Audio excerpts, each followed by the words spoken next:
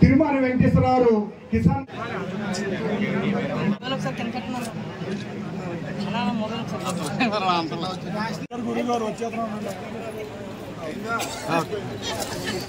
మండలాధ్యక్షులు గుప్పల నాగరాజు గారిని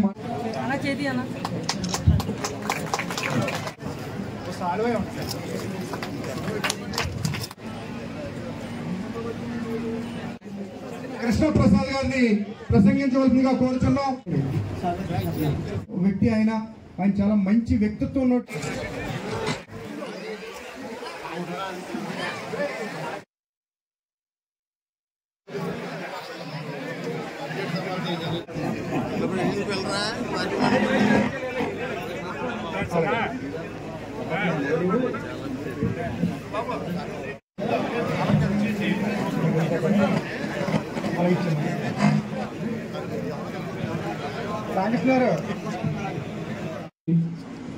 ఇంతవరకు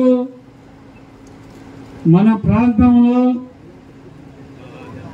మత్స్యకారులకి ఎమ్మెల్యే టికెట్ ఇచ్చిన దాఖలాలు లేవు. అది పవన్ కళ్యాణ్ గారి వల్ల సాధ్యమైంది. పవన్ కళ్యాణ్ గారి నాయకత్వంలో ఒక మత్స్యకారుడికి టికెట్ ఇచ్చి అత్యధిక మెజార్టీతో గెలిపించి ఈ తీర ప్రాంతాన్ని అభివృద్ధి చేసే విధంగా ఆలోచన చేయటం జరుగుతుంది. మన ముఖ్యమంత్రి నారా చంద్రబాబు నాయుడు గారి ఆలోచన ఒక్కటే, ఆంధ్ర రాష్ట్రాన్ని నెంబర్ 1 రాష్ట్రంగా చేయాలి, భారతదేశంలో ఆంధ్ర రాష్ట్రం నెంబర్ 1 అవ్వాలి అనే ఆలోచనతో ఆయన నడుస్తున్నారు. మనకి పోలవరం ప్రాజెక్టు పూర్తి చేయాలని చెప్పి ఆలోచన చేస్తున్నారు. 2 సంవత్సరాల్లో పోలవరం ప్రాజెక్టు పూర్తి చేస్తాం, 4 సంవత్సరాల్లో అమరావతి రాజధానిని పూర్తి చేస్తాం.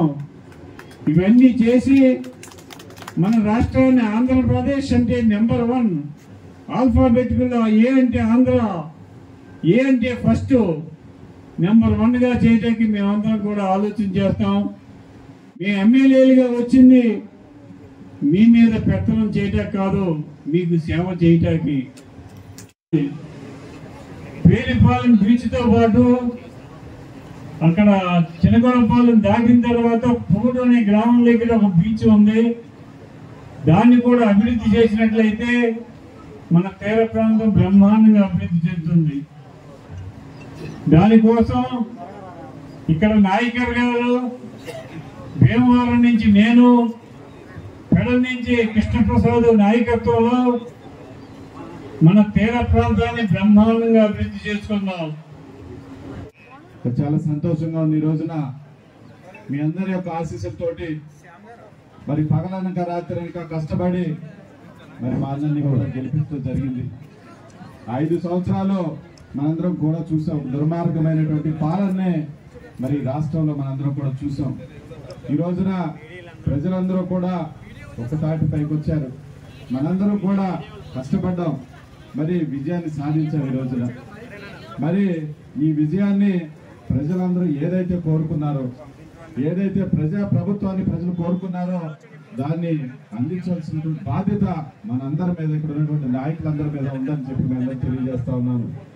కనుక చంద్రబాబు నాయుడు గారు ఒక నాయకత్వంలో తప్పనిసరిగా మన రోడ్ల విషయంలో కానివ్వండి, ఎక్కడైనా ఓటు బ్రిడ్జిలో ఉంటాయి వాటి విషయంలో కానివ్వండి, మన ఇరిగేషన్ వాటర్ విషయంలో కానివ్వండి, హౌసింగ్ విషయంలో కానివ్వండి, మిగిలినటువంటి అన్ని విషయాల్లోని కూడా తప్పనిసరిగా మనం మెరుగుపరచుకోవడంలో ఎటువంటి అనుమానం ఉండదు అని ఈ సందర్భంగా తెలియపడుతున్నాం. అదేవిధంగా ఉప ముఖ్యమంత్రిగా ఉన్నటువంటి పవన్ కళ్యాణ్ గారు జనసేన పార్టీ అధినేత, జనసేన పార్టీ అధ్యక్షులు, మన ఎమ్మెల్యే గారు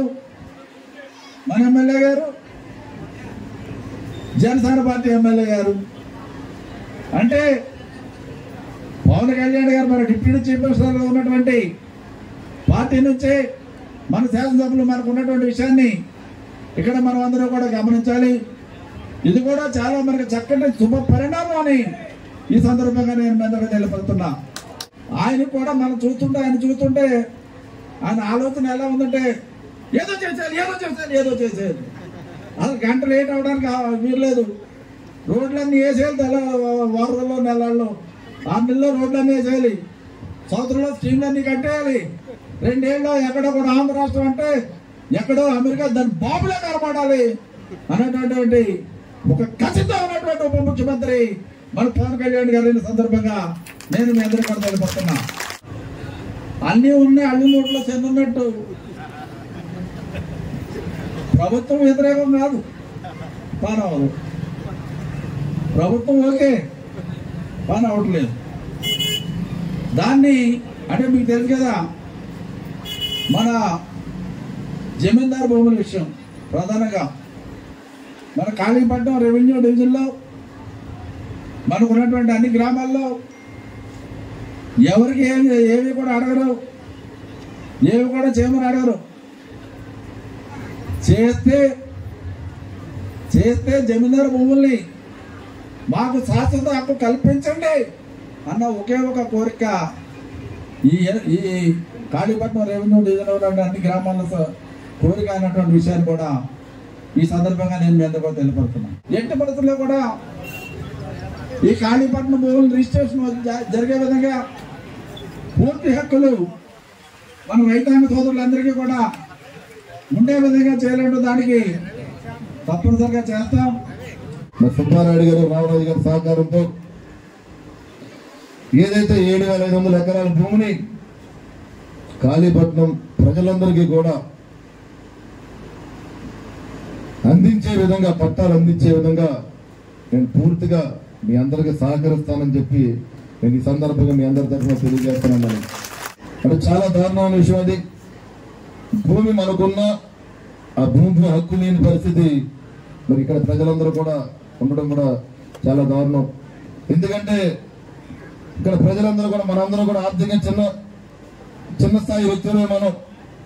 మన పిల్లలు చదివించుకోవాలన్నా, రేపొద్దున మన పిల్లలకు పెళ్లి చేసి పంపించుకోవాలన్నా మనకు ఉన్న భూమిని వాళ్ళ పిల్లలకి మరి వారి పెళ్లిళ్ళకి కానీ చదువుకొని ఇచ్చే పరిస్థితులు మన కుటుంబాలు ఇక్కడ ఉన్నాయి. వారందరికీ న్యాయం జరిగే విధంగా రాబోయే 5 సంవత్సరాల్లో కూడా ఈ జమీందారు భూముల పట్టాలని కాళీపట్నం ప్రజలందరికీ కూడా ఇచ్చే విధంగా కూడా నేను ముందుకెళ్తానని చెప్పి సందర్భంగా తెలియజేస్తున్నాను.